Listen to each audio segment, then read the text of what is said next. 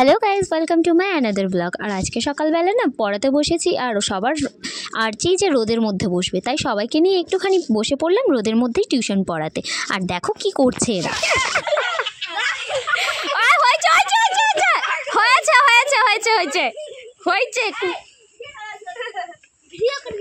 তো সবাই টিউশন পড়ার পরে দেখলেই কেমন মজা করলো। তো এদিকে আমি কিন্তু একেবারে ঘুম ঘুম পাচ্ছিল, কিন্তু কিছু করার নেই। এখন চান করে রেডি হয়ে বেরিয়ে পড়তে হবে আমার ক্লাসের জন্য। তো চলো।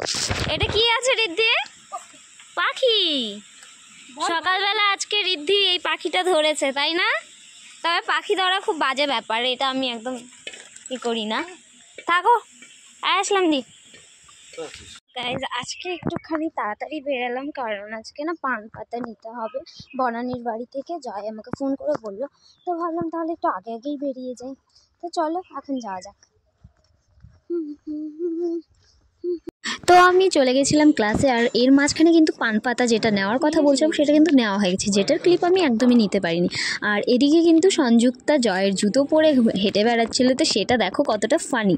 আর সেটা নিয়ে আমরা কিন্তু অনেকটা মজা করলাম এবং সেই ভিডিওটাই করছিলাম। আর সংযুক্তা কিন্তু ভিডিওটা করতে দিতে চাইছিল না, তাও একটুখানি করেই নিলাম।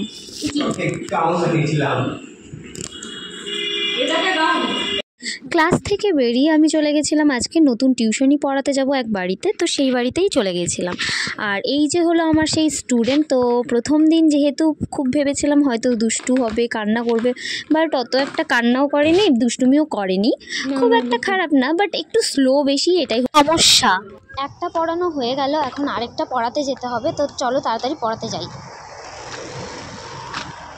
অনেকটা লেট হয়ে গেল, 7টা বেজে গেল।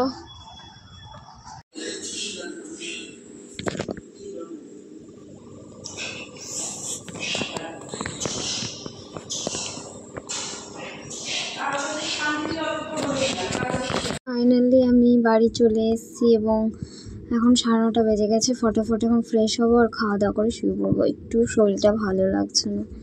ঠিক আছে, গুড নাইট, টাটা।